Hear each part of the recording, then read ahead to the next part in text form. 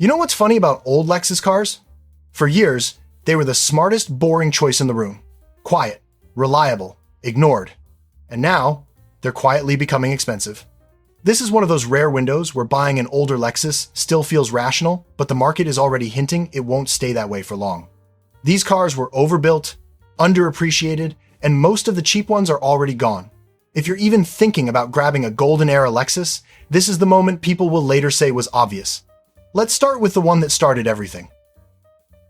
Lexus LS 400? You don't stumble into a 1993 LS400 by accident anymore. 10 years ago, maybe. Today, if someone owns a clean one, it's because they already know what this car represents and what it's becoming. This was Lexus at its most obsessive. Before spreadsheets and platform sharing took over, Toyota set out to build a flagship that would outlast its rivals, not just outsell them. The result feels almost unreal now. The doors shut with weight, the cabin stays quiet at speeds that make modern cars fidgety, nothing feels rushed, thin, or stressed. The 4-liter 1UZ-FE V8 makes roughly 250 horsepower, but numbers don't explain it. Power delivery is smooth to the point of invisibility, paired to an automatic transmission that never hunts and never feels busy. On the highway, owners still report low 20s fuel economy, which feels like a cheat code for a full-size luxury sedan from the early 90s. Here's the ownership truth buyers miss. This engine isn't fragile, but it is disciplined. Timing belt service matters. Cooling systems age. Power steering pumps eventually seep. Suspension bushings crack with time, not mileage. When these cars get expensive, it's almost always because someone assumed bulletproof meant maintenance-free. The smartest buys sit in the 1993 to 1994 range. Earlier cars had minor first-year quirks, later ones quietly lost some of the over-engineering that made these special. For years, clean examples lived under $5,000 because nobody thought to preserve them. That era is gone. Documented, unmodified cars are now trading in the low teens, and the best ones don't sit. This LS isn't for someone chasing screens or tech. It's for someone who values calm engineering and mechanical confidence. And the price movement says it clearly. The market finally understands what this car always was. And the interesting part? The next Lexus didn't try to be legendary at all, yet it's starting to rise for a completely different reason. Lexus ES300. The 1997 ES300 is what happens when a car is too good at its job. It didn't excite reviewers, didn't win drag races, and didn't age into a poster car. Instead, it quietly outlived almost everything around it, and that's exactly why values are finally moving. This was Lexus leaning into restraint.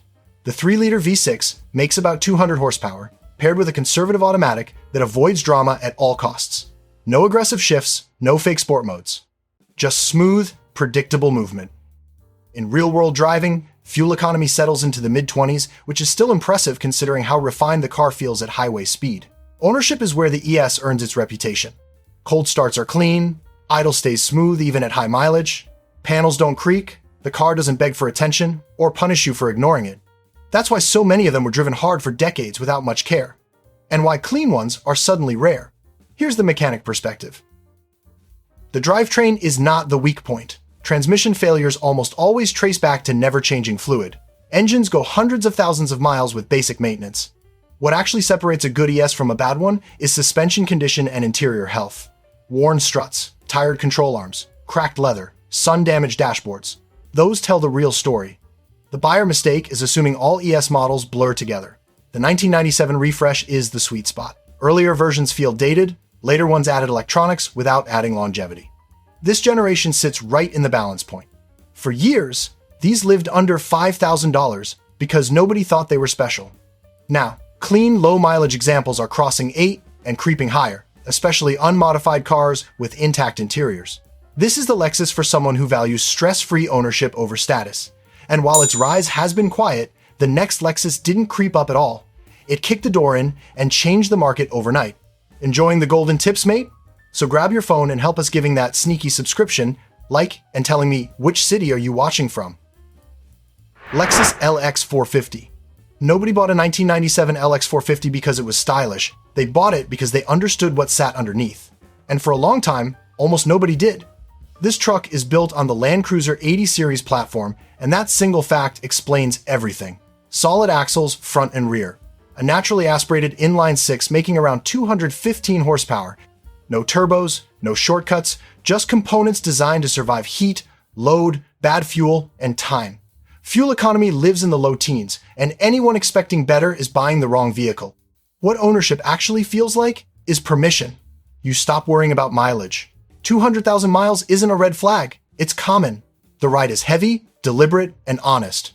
It doesn't pretend to be sporty, and that honesty is exactly why people now want them. Here's the hard inspection truth. Rust matters more than anything else. Frame rails, rear quarters, tailgate seams, and underbody condition decide whether this truck is a dream or a financial mistake. A clean, rust-free LX is rare. A rusty one will drain money faster than upgrades ever will. For years, these sold for less than equivalent Land Cruisers because buyers didn't want a luxury badge on a serious truck. Then, overland culture exploded, collectors noticed, and prices jumped hard. What used to be $10,000 to $12,000 is now $25,000 and climbing for clean examples. This isn't a lifestyle SUV, it's a long-term asset for the buyer who values mechanical truth over convenience. And if you think appreciation can't happen without hype, the next Lexus proves sports sedans can sneak up on the market just as fast. Lexus GS300.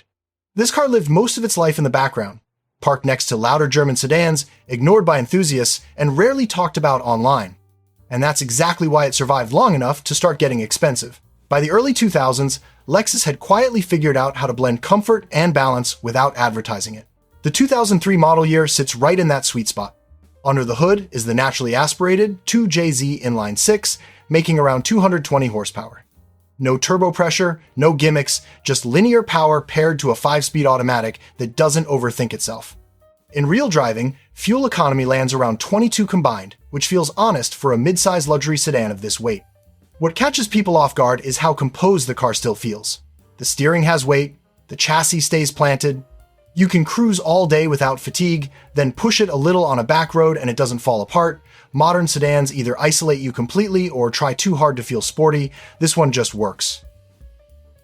The problems are age-related, not design flaws. Dashboards crack if the car lived in the sun, front suspension components wear out, coil packs fail eventually. None of this is catastrophic, but skipping inspections turns a good buy into a frustrating one. Modified cars are the biggest trap. This platform rewards originality. For years, buyers skipped this version chasing the V8 GS430. That kept prices low. Now, the gap is closing. Clean, unmodified 2003 to 2005 cars are crossing 10,000, with low-mileage examples pushing higher. This is the Lexus for someone who actually drives, but doesn't need attention for it. And if you think this appreciation came out of nowhere, the final car proves that peak Lexus luxury aged even better than balance ever did. Lexus LS430. Some cars impress you in the first 5 minutes. This one doesn't bother. It waits until hour 2 on the highway, when you realize you're less tired than you should be, and nothing feels like it's working very hard. By the early 2000s, Lexus wasn't trying to prove itself anymore. The LS430 was built during that confident phase, and you feel it everywhere. The 4.3-liter V8 makes just under 300 horsepower, but the number barely matters. Power shows up quietly, paired to an automatic transmission that fades into the background. No sharp shifts, no theatrics. On long highway drives, real-world fuel economy still lands in the low 20s, which feels almost wrong for something this heavy and insulated. Ownership is where the car explains its reputation. The cabin stays quiet at speeds that make other sedans feel busy. Seats wear slowly. Controls feel deliberate instead of flashy. It's luxury without tension. And that's something modern cars seem to have forgotten. Here's the honest warning buyers need to hear. These cars can get expensive if you buy the wrong one. Air suspension models ride beautifully, but repairs add up fast. Front control arms are wear items. Electronics age like any early 2000s luxury car. None of this is fatal, but ignoring it is. The engine itself is rarely the problem. Neglect is. The smartest years sit right in the middle. 2001 through 2004 models strike the best balance before later updates added complexity. Cars with standard suspension and solid service records are the ones people fight over now. For a long time, these were criminally cheap. 6,000 or 7,000 bought you flagship Lexus luxury. That chapter is over. Clean examples are now pushing into the mid-teens, and exceptional ones don't linger. This is the Lexus for someone who values calm over novelty and engineering over features. And when people say they don't build them like this anymore, this is the car they're talking about. What's happening with these cars isn't nostalgia, it's correction. For a long time, the market treated old Lexus models like appliances. Use them up, replace them, move on. But now buyers are realizing something important. These cars came from a moment that no longer exists. Overbuilt engines, conservative engineering, and a focus on longevity instead of lease cycles. That window is closing. The cheap examples are gone. The clean ones are being kept. And the prices are moving before most people notice. If you're shopping, you're not late, but you're not early anymore either. And if you already own one of these, you're sitting on something the market finally understands. Stick around. We break down cars like this every week before everyone else catches on.